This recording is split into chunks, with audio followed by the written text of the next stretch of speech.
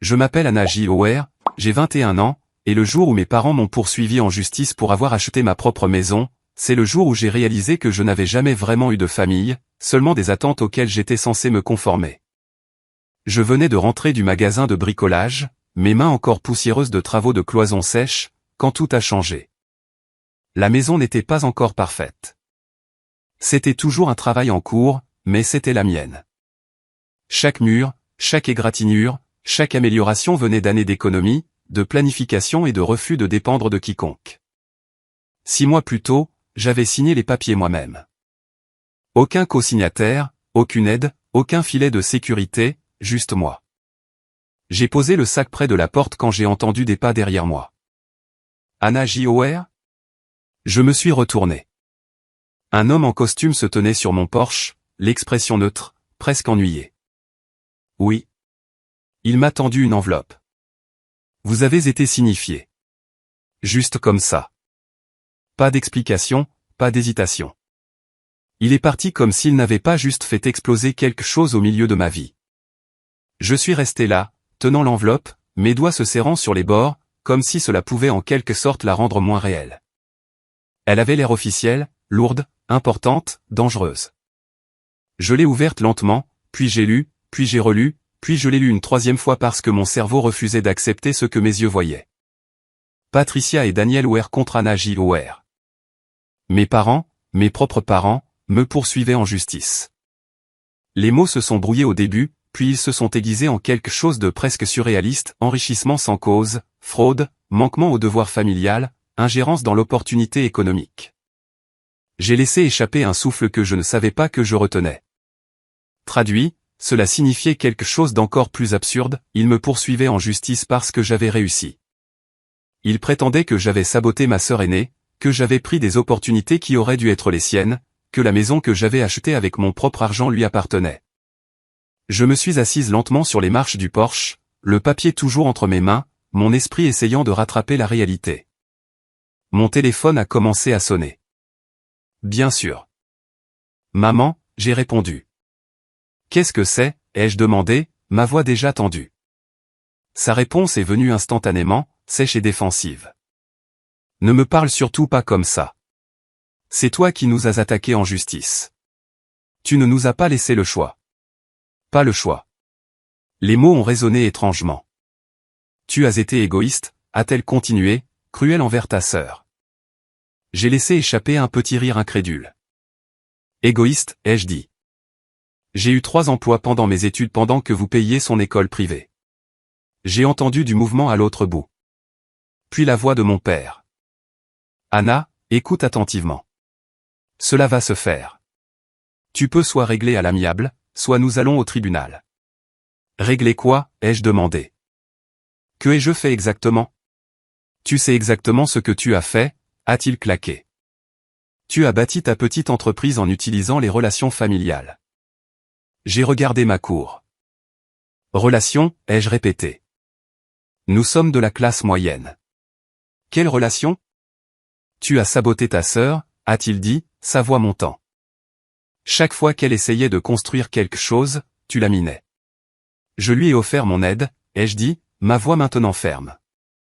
Je lui ai offert de lui apprendre à planifier. Elle m'a dit que je voyais trop petit. Ma mère a repris. Tu as volé son avenir, Anna. Cette maison devrait être la sienne, a-t-elle continué. Cette vie devrait être la sienne. En arrière-plan, j'ai entendu la voix de ma sœur, perçante, émotive. C'est ma maison, a-t-elle crié. Elle a volé ma vie. J'ai fermé les yeux. Elle avait 25 ans, vivait à la maison, et d'une manière ou d'une autre, ma vie était la sienne. Je n'ai rien volé, ai-je dit calmement. Je l'ai construite. Avec l'aide de la famille, a-t-elle claqué. Grand-mère t'a donné de l'argent. Grand-mère est décédée il y a 6 ans, ai-je dit. Elle nous a laissé la même chose à toutes les deux, $2000. Menteuse, a-t-elle rétorqué. Tu as eu plus. Tu devais avoir plus. C'est à ce moment-là que quelque chose en moi a basculé. Pas de colère, pas encore. De la clarté. J'en ai assez de cette conversation, ai-je dit. Vous allez avoir de nos nouvelles par notre avocat, a averti mon père. Je serai prête. Tu dois quelque chose à cette famille. Non, ai-je dit, ma voix ferme maintenant. Je ne vous dois rien. Il y a eu un silence. Puis, un clic. Ils ont raccroché. Je suis resté assise longtemps après cela, le soleil descendant lentement, le papier toujours à la main. Et pour la première fois de ma vie, j'ai cessé d'essayer de les comprendre. Au lieu de cela, j'ai commencé à me préparer à les combattre. Si quelqu'un m'avait demandé ce matin-là si je croyais que mes parents étaient capables de m'emmener au tribunal pour ma propre maison, j'aurais probablement ri. Non pas parce que c'étaient de bonnes personnes, non pas parce qu'ils avaient toujours été justes, mais parce que même pour eux, cela semblait fou. Mais si j'étais honnête, ce procès n'était pas apparu de nulle part. Il se construisait depuis des années, silencieusement, de manière prévisible, comme une fissure dans le verre qui continue de se propager longtemps après le premier impact. J'ai appelé mon meilleur ami Marcus ce soir-là parce que j'avais besoin d'entendre une voix sensée avant de perdre la tête. Mes parents me poursuivent en justice pour 250 000 $, ai-je dit dès qu'il a répondu. Il y a eu une pause. Puis, quoi? Je lui ai tout raconté, les papiers, les accusations, la partie où il voulait que ma maison soit transférée à ma sœur en restitution des opportunités que j'avais soi-disant volées. Ces déments, a-t-il dit platement. Peuvent-ils vraiment faire ça? Ils peuvent déposer plainte, ai-je dit. Gagner est une autre question. C'est à cause de ta sœur, n'est-ce pas? Bien sûr que oui. Il s'était toujours agi d'elle. Ma sœur aînée, Claire, était le genre de personne que mes parents décrivaient comme pleine de potentiel, peu importe le nombre de fois où elle se heurtait au même mur. Elle était émotive, agitée, toujours à la poursuite d'une nouvelle version de la réussite qui ne durait jamais assez longtemps pour devenir réelle. Et dans notre maison, cela n'était pas traité comme de l'irresponsabilité. C'était traité comme du génie que le monde ne parvenait pas à reconnaître. J'étais l'opposé. J'étais celle qui s'adaptait, celle qui trouvait des solutions, celle qui se faisait dire non et qui, d'une manière ou d'une autre, le transformait en plan. J'avais 14 ans lorsque j'ai compris pour la première fois à quel point nous étions élevés différemment. J'avais besoin de 20 $ pour un club de robotique scolaire, rien de dramatique, juste des frais. Papa m'a regardé par-dessus le journal et a dit, « L'argent ne pousse pas sur les arbres, Anna. Si tu le veux, gagne-le. » La même semaine, Claire a reçu 500 $ pour un camp d'entrepreneuriat auquel elle avait supplié d'assister pendant 3 jours avant de perdre tout intérêt. Elle est rentrée avec un sac fourre-tout, un carnet qu'elle n'a jamais ouvert, et un discours sur le fait qu'elle était destinée à construire quelque chose de grand. J'ai commencé à tondre des pelouses ce samedi-là. À la fin de l'été, j'avais économisé 800 $. Claire avait dépensé ses 500 $ en plats à emporter, en vêtements et en articles divers du centre commercial. Personne n'a appelé cela irresponsable. Ils ont appelé cela de l'énergie juvénile. Quand j'ai eu 16 ans, mes parents m'ont donné un vélo d'occasion qu'ils avaient trouvé sur Craigslist. Je les ai remerciés comme si c'était le plus beau cadeau du monde parce qu'à ce moment-là, la gratitude était devenue une compétence de survie. 2 mois plus tard, Claire a eu 16 ans. Ils lui ont acheté une voiture flambant neuve. Pas une voiture sensée, pas quelque chose de pratique, une voiture brillante et chère dont il prétendait qu'elle avait besoin pour ses opportunités futures. Elle ne l'a jamais utilisée pour autre chose que d'aller à des fêtes et de faire le show sur les parkings de l'école. Elle l'a accidentée avant l'obtention de son diplôme. Ils lui en ont acheté une autre. J'ai continué à rouler à vélo jusqu'à mes 18 ans et j'ai acheté ma propre vieille Civic avec l'argent que j'avais économisé en donnant des cours et en réparant des ordinateurs. C'était le rythme de notre famille. Claire avait besoin, je me débrouillais. Claire rêvait, je travaillais. Claire échouait. On s'attendait à ce que je ne remarque pas. L'université a empiré les choses. Claire est entrée dans un programme d'affaires privées que mes parents pouvaient à peine se permettre, et cela n'a fait que les rendre plus fiers. Ils lui ont organisé une grande fête, avec traiteur, décoration, discours sur son brillant avenir. Je me souviens encore d'être resté dans le coin, tenant une assiette en carton, écoutant des parents louer son ambition comme si l'ambition seule était un accomplissement. 1 an plus tard, j'ai obtenu une bourse d'études complète pour une université d'État. Frais de scolarité couverts, logement couvert, livres presque couverts, ai-je dit à mes parents pendant le dîner. Papa a hoché la tête une fois et a dit, c'est bien. Maman m'a envoyé un SMS le lendemain. Félicitations, ma chérie. C'était tout. Pas de dîner, pas de célébration, pas de discours, juste la supposition silencieuse que bien sûr j'avais trouvé la solution. Bien sûr je n'avais besoin de rien. Bien sûr je continuerai à me débrouiller seul.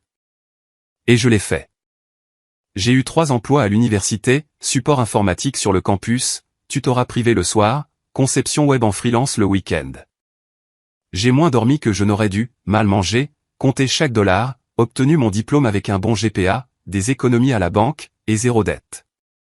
Claire a obtenu son diplôme avec des prêts, des excuses, et la même confiance éclatante qui survivait toujours à l'échec. Quand elle est rentrée chez elle, mes parents ont dit que le marché du travail était brutal. Quand elle a dilapidé de l'argent, ils ont dit que l'entrepreneuriat exigeait des risques. Quand elle a échoué, ils ont traité cela comme la preuve que le monde l'avait d'abord fait échouer. Au moment où j'avais 20 ans et que je bâtissais discrètement ma propre entreprise la nuit, je comprenais déjà quelque chose que j'avais passé des années à essayer de ne pas dire à voix haute. Mes parents ne nous aimaient pas différemment. Ils croyaient en nous différemment. Claire était la fille dans laquelle ils investissaient. J'étais la fille dont ils s'attendaient à ce qu'elle survive sans investissement. Alors, quand j'ai relu ces documents de procès cette nuit-là, le vrai choc n'était pas qu'ils essayaient de me prendre quelque chose. C'était qu'ils avaient enfin cessé de faire semblant de ne pas le faire. Au moment où j'avais 20 ans, j'avais cessé d'attendre que quelqu'un remarque ce que je construisais. Non pas par amertume, mais par habitude. J'ai lancé mon entreprise discrètement. Pas d'annonce, pas de grands moments, juste de la recherche, des essais et erreurs, et une volonté d'échouer en privé jusqu'à ce que quelque chose fonctionne. J'ai d'abord vendu de petits accessoires technologiques en ligne, coques de téléphone, câbles, supports d'ordinateur portable. Rien de glamour, juste des produits dont les gens avaient réellement besoin. J'ai passé 6 mois à étudier les fournisseurs, les modèles de prix, la logistique d'expédition. J'ai fait des erreurs au début, perdu de l'argent, les ai corrigées, et j'ai continué. Chaque dollar que je gagnais, je le réinvestissais. Chaque soir après le travail, je travaillais de nouveau. Les journées de 18 heures sont devenues normales. Il n'y avait pas d'applaudissements, pas d'encouragement, juste des progrès. À la fin de ma première année, j'avais réalisé 45 000 $ de chiffre d'affaires, pas de bénéfices, de chiffre d'affaires. 12 000 $ sont réellement restés sur mon compte après les dépenses. Ce n'était pas énorme, mais c'était réel. C'était à moi. Je n'ai pas célébré. J'ai réinvesti. Pendant que je bâtissais quelque chose de lent et stable, Claire en était à sa 2e tentative d'entreprise. La première avait été un concept de boutique alimentaire.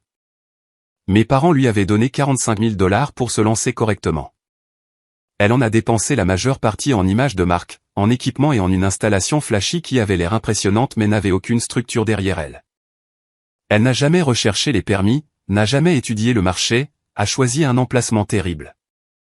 3 mois plus tard, cela s'est effondré. Le système est truqué, a dit ma mère. La ville rend la tâche impossible aux petites entreprises, a ajouté mon père. Personne n'a demandé pourquoi d'autres entreprises de la même zone fonctionnaient toujours. L'idée suivante est venue plus vite, la crypto. 30 000 $ cette fois. Claire a suivi des influenceurs, regardé des vidéos, parlé de synchroniser le marché. Elle a tout perdu en 6 semaines. Le marché est imprévisible, a dit mon père. Ce n'est pas de sa faute, a ajouté ma mère. À ce moment-là, j'avais cessé de réagir. Non pas parce que je m'en fichais, mais parce que je savais déjà comment l'histoire allait se terminer. Claire échouerait. Mes parents l'expliqueraient, et d'une manière ou d'une autre, ce ne serait jamais sa responsabilité. Mon entreprise a continué de croître. Lentement, discrètement, de manière prévisible. À 21 ans, j'ai dépassé 180 000 $ de chiffre d'affaires annuel, 65 000 $ de bénéfices. J'ai quitté mon emploi de jour et j'ai tout misé. C'est à ce moment-là que tout a basculé pour moi. Pas émotionnellement, mais pratiquement. Je ne survivais plus. Je construisais quelque chose de réel. C'est là que j'ai trouvé la maison. Elle n'était pas parfaite, loin de là. 140 000 $ pour un logement à rénover que la plupart des gens laissaient tomber. Intérieur désuet, murs endommagés, vieux luminaires, une longue liste de problèmes qui effrayaient les acheteurs à la recherche de quelque chose de facile. Mais je n'avais pas besoin de facilité. J'avais besoin de possible. J'ai versé 20%, 28 000 $ que j'avais économisés pendant des années de travail, de sacrifices et en disant non à des choses auxquelles la plupart des gens de mon âge ne pensaient pas à deux fois. Puis je me suis mis au travail. 4 mois de rénovation, de tutoriels YouTube, d'essais et erreurs, de longues journées couvertes de poussière et de peinture, réparant des choses que je n'avais jamais touchées auparavant, apprenant tout à la dure. Quand j'ai finalement emménagé, elle ne ressemblait pas à une maison de rêve, mais elle en avait l'air parce que chaque centimètre carré avait été gagné. Mes parents sont venus la voir une fois. Juste une fois. Mon père a traversé la pièce lentement, les mains dans les poches, tout balayant du regard comme s'il cherchait quelque chose à critiquer. Ce doit être agréable, a-t-il dit finalement, avoir de la chance avec le timing. Chance. C'était son explication. Pas les années de travail, pas les nuits où je n'ai pas dormi, pas les risques que j'ai pris sans plan de secours. Juste la chance. Ma mère a hoché la tête en accord comme si cela réglait tout. Claire se tenait dans l'embrasure de la porte du salon, les bras croisés. « Tu penses que tu es meilleur que moi maintenant ?» a-t-elle demandé. Je n'ai pas répondu parce qu'il n'y avait rien que je puisse dire qui ne se transformerait pas en autre chose, quelque chose de tordu, quelque chose qui finirait toujours par faire de moi le problème. C'était 3 semaines avant le procès. 3 semaines. C'est tout ce qu'il a fallu pour que ma réussite passe de quelque chose qu'ils ignoraient à quelque chose dont ils se sentaient en droit de profiter. Je me suis assise dans mon salon ce soir-là, les documents légaux étalés sur la table devant moi, et pour la première fois je ne me suis pas sentie confuse. Je me suis sentie préparée parce qu'au fond, j'avais toujours su que ce moment viendrait. Peut-être pas comme ça, pas un procès, pas cette extrémité, mais j'avais toujours su qu'un jour la différence entre moi et Claire ne serait pas seulement ignorée. Elle serait remise en question, et maintenant elle l'était. Alors j'ai ouvert mon ordinateur portable, cherché des avocats, et j'ai arrêté de faire défiler au moment où j'ai trouvé un nom, Blackwell et Associés. Leur critique était brutale de la meilleure façon possible. Ils ne se contentent pas de gagner, disait l'une, ils font regretter à la partie adverse d'avoir déposé plainte. J'ai pris mon téléphone, composé le numéro, laissé un message. Mes parents me poursuivent en justice parce que j'ai mieux réussi que ma sœur, ai-je dit. Je veux me battre et je veux qu'ils le regrettent. Le lendemain matin, mon téléphone a sonné à exactement 8 heures. Anna J. Hauer, a dit une voix calme. C'est David Blackwell. Racontez-moi tout. Alors je l'ai fait. Tout. Les années, l'argent, le favoritisme, le procès. Quand j'ai eu fini, il y a eu une brève pause, puis c'est l'une des affaires les plus infondées que j'ai vues en 20 ans, a-t-il dit.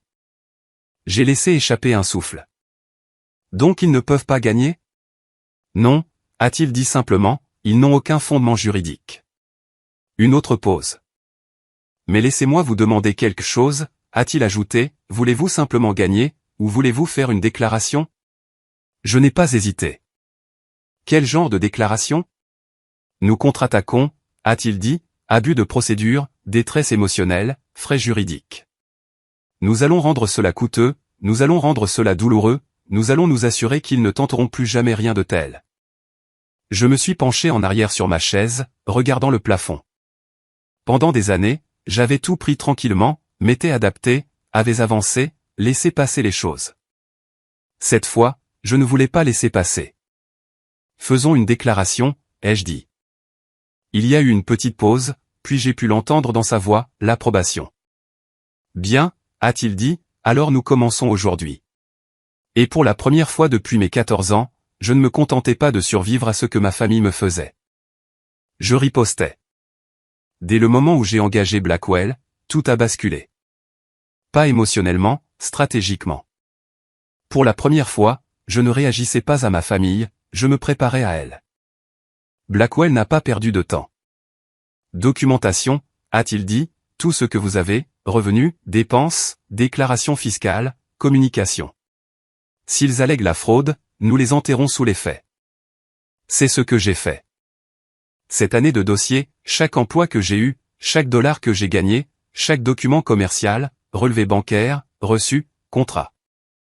Mais ce n'était pas la partie la plus difficile. C'était le modèle. Une fois que j'ai tout mis côte à côte, le contraste est devenu impossible à ignorer. Claire, plus de 100 000 $ de mes parents pour des entreprises ratées, plus le soutien universitaire. Moi, zéro. Pas même une petite aide, pas même un filet de sécurité, juste l'attente. J'ai construit une chronologie complète. 47 pages, froide, propre, indéniable. Quand je l'ai envoyé à Blackwell, il m'a appelé dans les 10 minutes. C'est parfait, a-t-il dit. Cela ne vous défend pas seulement, cela les détruit. Bien, ai-je répondu, et je le pensais. 2 semaines plus tard, la contre-plainte a été déposée. J'étais à la maison en train d'emballer des commandes quand mon téléphone a sonné. Ils ont été signifiés, a dit Blackwell, il y a environ 1 heure. J'ai fait une pause. Comment l'ont-ils pris? Votre mère a appelé mon bureau en hurlant, a-t-il dit calmement. Votre père a exigé de me parler. J'ai refusé. J'ai laissé échapper un lent soupir. Que se passe-t-il maintenant? La découverte, a-t-il dit. Nous posons des questions sous serment, nous les obligeons à prouver leurs allégations. Et ils ne peuvent pas? Non, a-t-il dit, ils ne peuvent pas. Ce soir-là, mon téléphone a explosé. 17 appels manqués, 12 de ma mère, 3 de mon père, 2 de Claire. J'ai écouté un message vocal. Justin.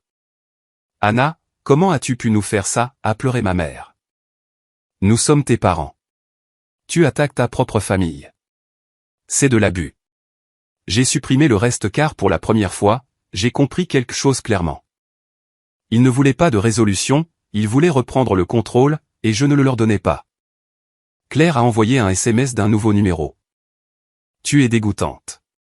J'espère que tu es heureuse de détruire cette famille. J. l'ai bloqué. Papa a envoyé un SMS ensuite. C'est allé trop loin. Laisse tomber ta contre-demande et nous laisserons tomber la nôtre. Soyons adultes. J'ai regardé le message un instant, puis j'ai répondu. Vous m'avez poursuivi en justice en premier.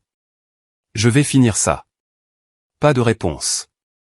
Le lendemain, Marcus est venu avec des pizzas et des bières. Ta famille est folle en ligne, a-t-il dit en sortant son téléphone. Je ne suis pas sur les réseaux sociaux, ai-je répondu. Je sais, c'est pour ça que je te montre. Ma mère avait publié un long message, sur un ton émotif, soigneusement écrit pour la faire passer pour la victime. Brisé ne commence pas à décrire ce que nous ressentons. Nous avons essayé de guider notre fille. Elle a choisi l'argent plutôt que la famille. Des centaines de commentaires, certains favorables, d'autres non. Marcus a fait défiler. Regarde ça. Un commentaire a attiré l'attention. Tante Rachel, n'as-tu pas financé les entreprises et l'éducation de Claire? Qu'est-ce qu'Anna a obtenu? Pas de réponse de ma mère. Un autre, oncle Jim, donc tu as tout donné à une fille et maintenant tu poursuis l'autre en justice pour avoir réussi? Également ignoré. Claire avait aussi posté. Plus court, plus agressif. Ma sœur poursuit nos parents parce qu'ils lui ont demandé de m'aider. J'ai fait des erreurs, bien sûr, mais la famille se soutient. C'est ce que fait la cupidité. Les commentaires étaient partagés, certains la défendaient, d'autres posaient des questions auxquelles elle ne pouvait pas répondre. Combien d'argent tes parents t'ont-ils donné? Pourquoi ta sœur te doit-elle quoi que ce soit? Qu'a-t-elle fait de mal exactement? Claire n'a répondu à aucun d'eux. Ils essaient de contrôler le récit, a dit Marcus. Ils le font toujours, ai-je répondu. Mon téléphone a sonné de nouveau. Numéro inconnu. J'ai répondu. Anna, c'est tante Rachel. Sa voix était calme, différente. J'ai vu le message de ta mère, a-t-elle dit. Je voulais entendre ta version. Alors je lui ai tout raconté, le procès, l'argent, les années de déséquilibre. Le silence de son côté s'est étiré plus longtemps cette fois. Puis je suis tellement désolé, a-t-elle dit doucement. Je savais qu'il favorisait Claire, mais pas à ce point. La plupart des gens ne le savaient pas, ai-je dit. Pour ce que ça vaut, a-t-elle ajouté, je suis de ton côté, et je l'ai dit à ta mère. J'ai fermé les yeux un instant. Merci. Après l'appel, Marcus m'a regardé. Tu as des gens qui te soutiennent. Quelques-uns, ai-je dit. Suffisamment, a-t-il répondu. 3 semaines plus tard, la phase suivante a commencé, les dépositions. Blackwell m'a appelé la veille au soir. Demain, nous interrogerons vos parents sous serment, a-t-il dit. Restez calme, ne réagissez pas, laissez-moi gérer. Je le ferai, ai-je dit. Le lendemain matin, nous étions assis dans une salle de conférence, mes parents de l'autre côté de la table, leur avocat à leur côté. Pour la première fois, ils n'avaient pas l'air confiants, ils avaient l'air mal à l'aise. La greffière les a fait prêter serment, puis Blackwell a commencé. Des questions simples, des réponses claires. Combien d'argent avez-vous donné à Claire pour ses entreprises? Pause. Approximativement 100 000 $. Combien avez-vous donné à Anna? Silence. 0. Combien avez-vous contribué à l'éducation de Claire? Une autre pause. Plus de 200 000 $, y compris les prêts. Et Anna? 0. Blackwell a légèrement hoché la tête. Pouvez-vous fournir des preuves qu'Anna a saboté les entreprises de Claire? Ma mère a hésité. Elle a refusé d'aider. Est-elle légalement obligée d'aider? Silence. Claire a-t-elle déjà aidé Anna? Pas de réponse. Avez-vous des preuves de sabotage? Et Claire nous l'a dit. Blackwell s'est légèrement penché en arrière. Donc, toute votre affaire est basée sur l'opinion de votre autre fille. Les yeux de ma mère se sont remplis de larmes. Oui. À la fin, tout s'était effondré sous serment, sans qu'il soit possible de revenir en arrière. Quand ce fut le tour de mon père, ce fut pire. Plus de colère, même fait, aucune défense. Quand ils ont quitté la pièce, ils n'avaient plus l'air d'avoir une affaire. Ils avaient l'air d'avoir commis une erreur qu'ils ne pouvaient pas annuler. Blackwell s'est tourné vers moi. Ça, a-t-il dit calmement, c'est ce à quoi ressemble la victoire avant le procès. Et pour la première fois, je l'ai cru. La semaine suivante, nous avons interrogé Claire. Si le témoignage de mes parents avait fissuré leur affaire, celui de Claire l'a détruite. Elle est arrivée en retard, vêtue de quelque chose qui essayait trop d'avoir l'air professionnel, comme si la confiance pouvait être simulée avec la bonne tenue. Son expression était déjà défensive avant que Blackwell ne pose une seule question. Cela m'a tout dit. Blackwell a commencé simplement. Parlons de votre première entreprise. Le concept alimentaire, pourquoi a-t-il échoué? Claire s'est penchée en avant, se lançant immédiatement dans un discours. Les réglementations, a-t-elle dit. Les permis. Le système est conçu pour écraser les petits entrepreneurs. Blackwell a hoché la tête une fois. Avez-vous recherché ces réglementations avant de commencer? Pause. Je savais qu'il y aurait des défis. Ce n'est pas ce que j'ai demandé, a-t-il dit calmement. Les avez-vous recherchés? Oui ou non? Non. Aviez-vous un plan d'affaires? J'avais une vision. Ce n'est pas un plan d'affaires. Il a fait glisser un document sur la table. 17 entreprises alimentaires ont fonctionné avec succès dans votre région pendant cette même période. Elles ont fait face aux mêmes réglementations. Pourquoi ont-elles réussi et pas vous? La mâchoire de Claire s'est serrée. Elles avaient probablement plus de ressources. Vous aviez 45 000 $ de capital de démarrage, a dit Blackwell. Plus que la plupart. Silence. Passons à autre chose. La crypto. 30 000 $ perdus en 6 semaines. Votre stratégie, a demandé Blackwell. J'ai suivi les tendances du marché, a-t-elle dit rapidement. Des experts en ligne. Avez-vous vérifié les qualifications de ces experts? Ils avaient des millions de vues. Une pause. Même la greffière semblait retenir une réaction. Les vues ne sont pas des qualifications, a dit Blackwell. Claire s'est agitée sur sa chaise.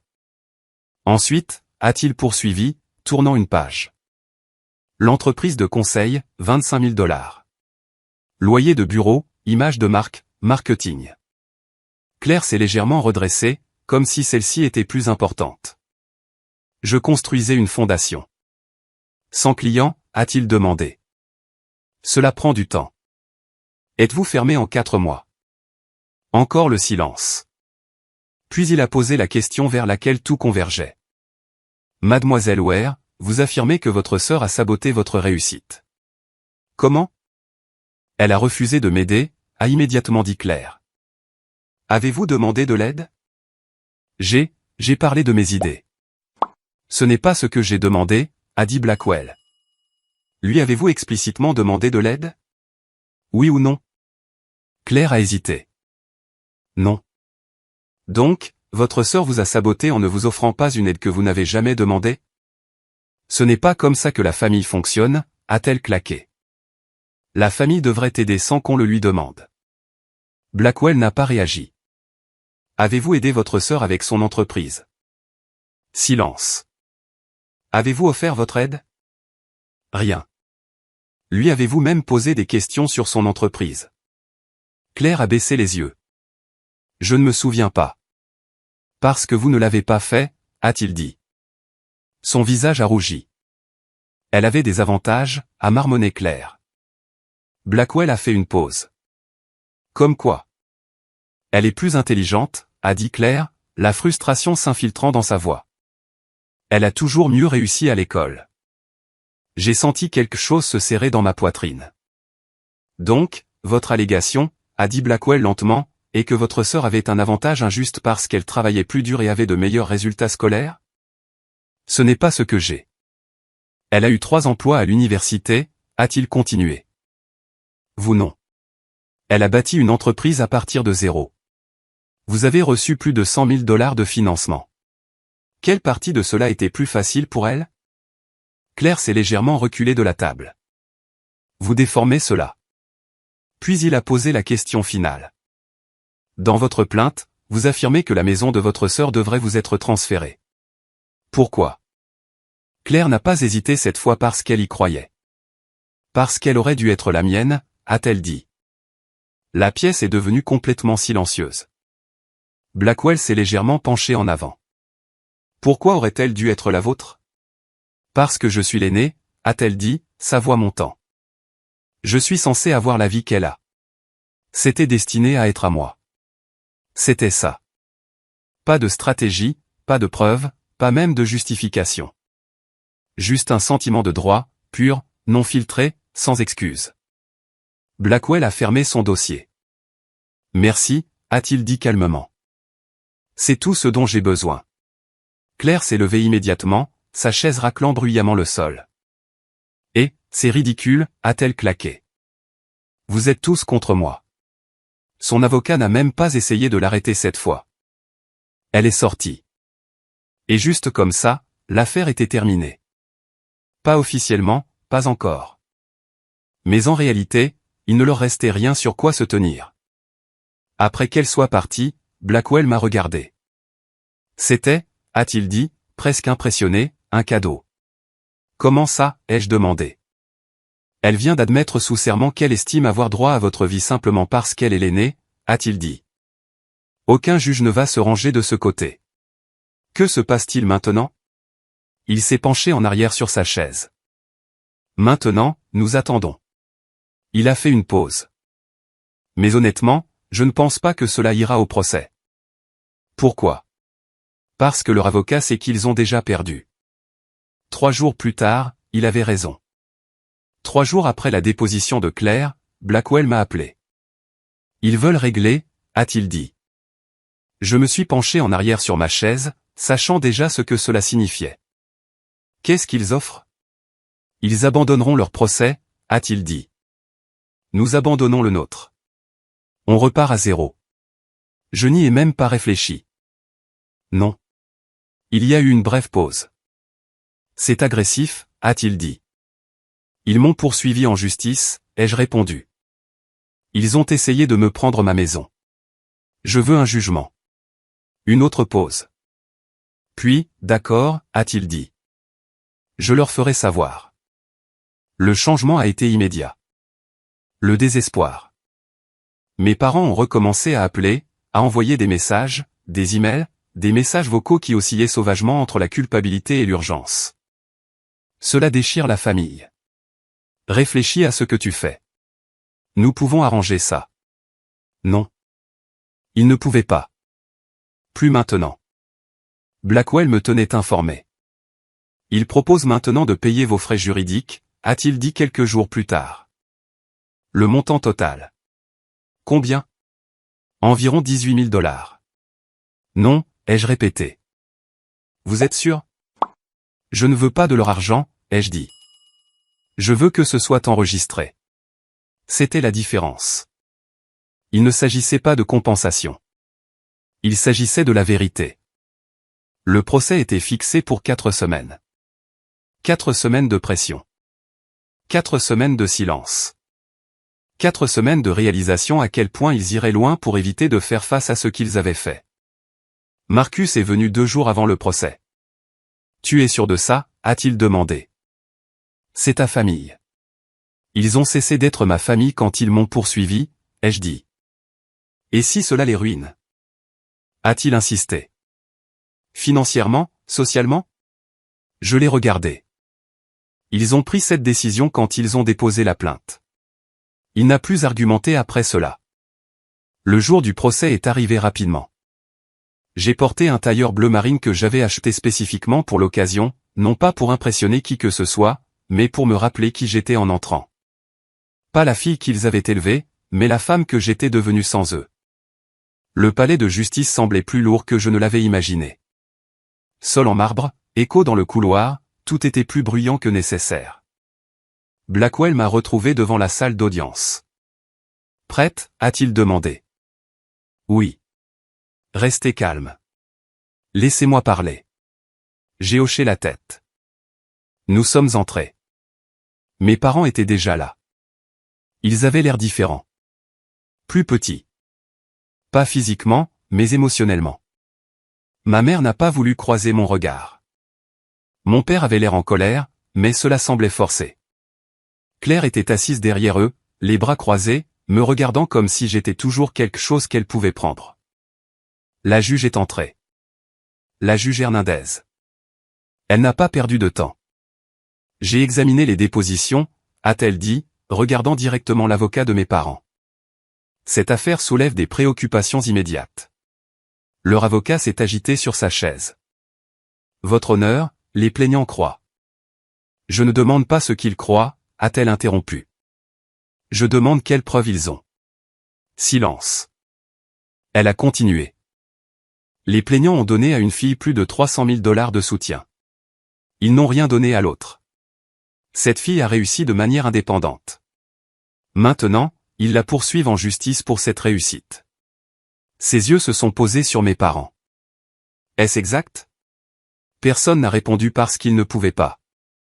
Blackwell s'est levé. Votre honneur, nous demandons le rejet et un jugement en notre faveur sur notre contre-demande. La juge a légèrement hoché la tête. Accordé. Juste comme ça. Pas de longue dispute, pas de processus prolongé. Terminé. Elle a continué à parler, son ton maintenant sec.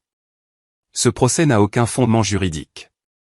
C'est un abus du système judiciaire. Il n'aurait jamais dû être déposé. Ma mère a essayé de se lever. Votre honneur, nous voulions juste. Asseyez-vous, a dit fermement la juge. Silence. Puis est venue la partie importante. Le tribunal ordonne aux plaignants de payer les frais juridiques des défendeurs d'un montant de 18 400 $. Une inspiration brusque de ma mère. De plus, a poursuivi la juge, une amende de 5 000 $ sera imposée pour avoir déposé une plainte frivole. La tête de mon père est tombée. Claire a fixé le sol. Et ce jugement, a ajouté la juge, sera inscrit au registre public.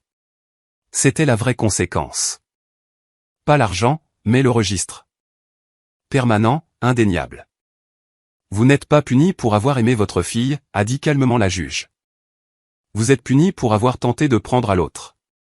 Puis, nous ajournons. Le marteau a frappé.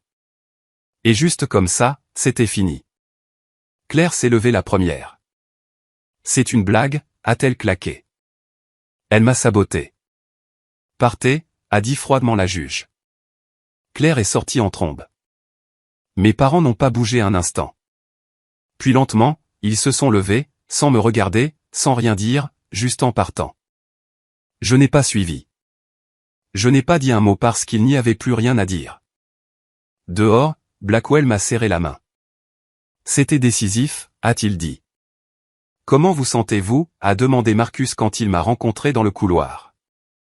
J'y ai réfléchi. Tout. Les années, la pression, le moment où tout s'est brisé. Libre, ai-je dit. Et pour la première fois, je le pensais. Les retombées sont venues vite, plus vite que je ne l'avais imaginé. Le soir même, Claire a posté. Le système est cassé. Ma sœur a utilisé l'argent et les avocats pour détruire notre famille. Voilà à quoi ressemble la cupidité. Les commentaires n'étaient pas ce à quoi elle s'attendait. Mais n'est-ce pas vous qui l'avez poursuivi en premier? Vous avez perdu parce que vous n'aviez pas de dossier. Peut-être assumer vos responsabilités. Le message a disparu en moins d'une heure. Ma mère a essayé ensuite, plus long, plus émotif. Nous avons perdu au tribunal aujourd'hui, non pas parce que nous avions tort, mais parce que le système favorise ceux qui ont de l'argent. Nous voulions seulement enseigner à notre fille les valeurs familiales. Celui-là a duré encore moins longtemps. Les gens n'y croyaient plus parce que pour la première fois la vérité était publique et ils ne pouvaient pas la réécrire. 3 jours plus tard, j'ai reçu un appel de tante Rachel. Tes parents ont des problèmes, a-t-elle dit. Quel genre? Ils ont refinancé leur maison 2 fois pour financer Claire. Entre cela et le jugement, ils sont proches de tout perdre. Je me suis penché en arrière sur ma chaise. Ce n'est pas mon problème. Je sais, a-t-elle dit doucement. Prépare-toi juste. Ils pourraient essayer de revenir vers toi. Ils l'ont fait, mais pas de la manière à laquelle je m'attendais. Une semaine plus tard, quelqu'un a frappé à ma porte. J'ai ouvert. Claire se tenait là. Elle avait l'air différente, pas soignée, pas confiante, juste fatiguée. Nous devons parler, a-t-elle dit. Non, ai-je répondu. S'il te plaît, juste 5 minutes. J'ai hésité, puis je me suis écarté. Elle est entrée lentement, regardant autour d'elle comme si elle voyait la maison pour la première fois. Que veux-tu, ai-je demandé. Elle ne s'est pas assise. J'ai besoin d'aide, a-t-elle dit. J'ai failli rire. Bien sûr. Je suis sérieuse, a-t-elle ajouté rapidement. Maman et papa ont des difficultés. Nous pourrions perdre la maison. Je vis dans ma voiture la moitié du temps. J'ai croisé les bras. Et alors? Et j'ai besoin d'argent. C'était ça. Toujours la même chose, un ton différent, la même attente. Tu m'as poursuivi en justice, ai-je dit calmement. Tu as essayé de me prendre cette maison. J'étais en colère, a-t-elle dit. Tu étais en droit, ai-je corrigé. Elle a tressailli. J'ai fait des erreurs, a-t-elle dit. Tu as fait des choix, ai-je répondu, répétitivement. Le silence a rempli la pièce.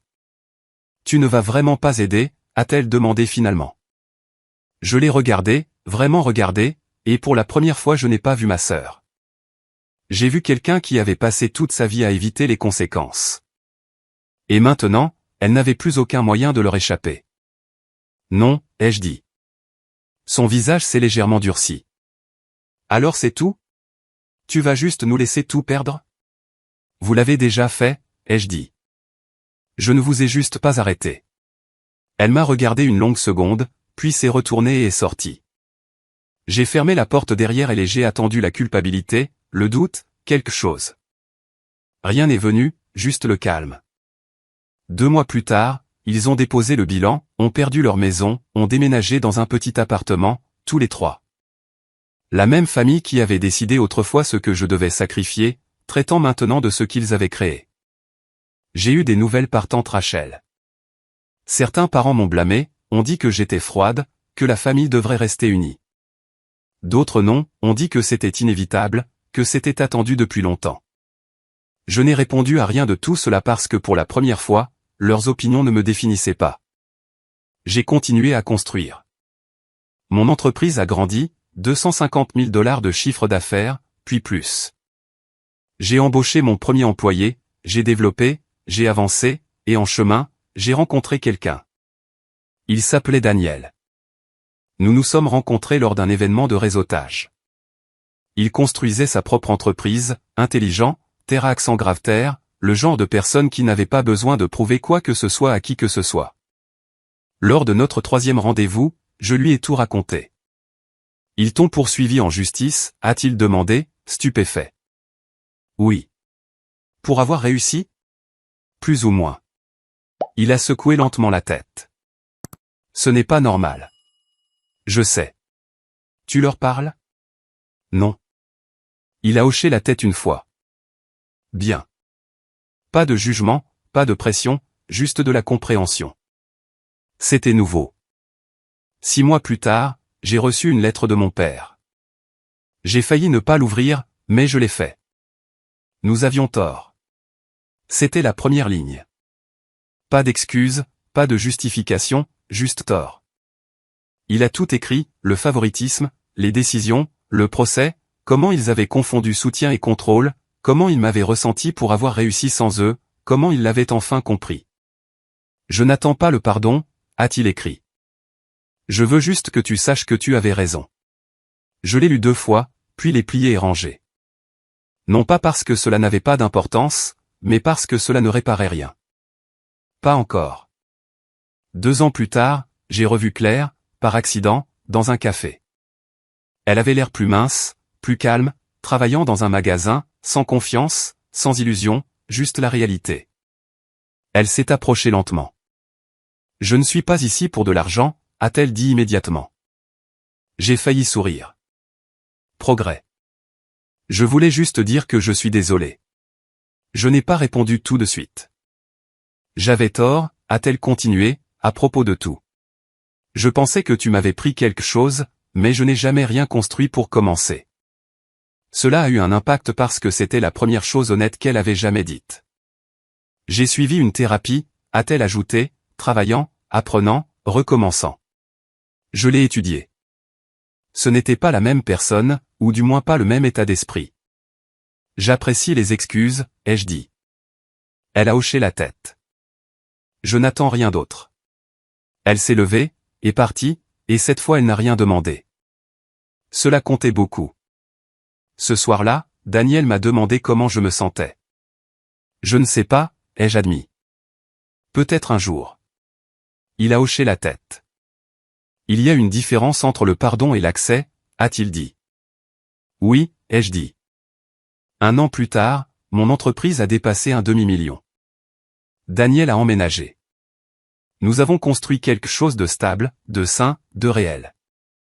Et un soir, debout dans la maison que j'avais achetée, rénovée et protégée, j'ai réalisé quelque chose. Le procès n'avait jamais été une question d'argent. C'était une question d'identité. Ils pensaient que ma vie leur appartenait, et quand j'ai prouvé le contraire, ils ont quand même essayé de la prendre. Mais à la fin, ils n'ont pas perdu parce que je me suis défendu. Ils ont perdu parce que j'ai cessé de leur donner le contrôle, et c'était quelque chose qu'aucun tribunal ne pouvait jamais me donner.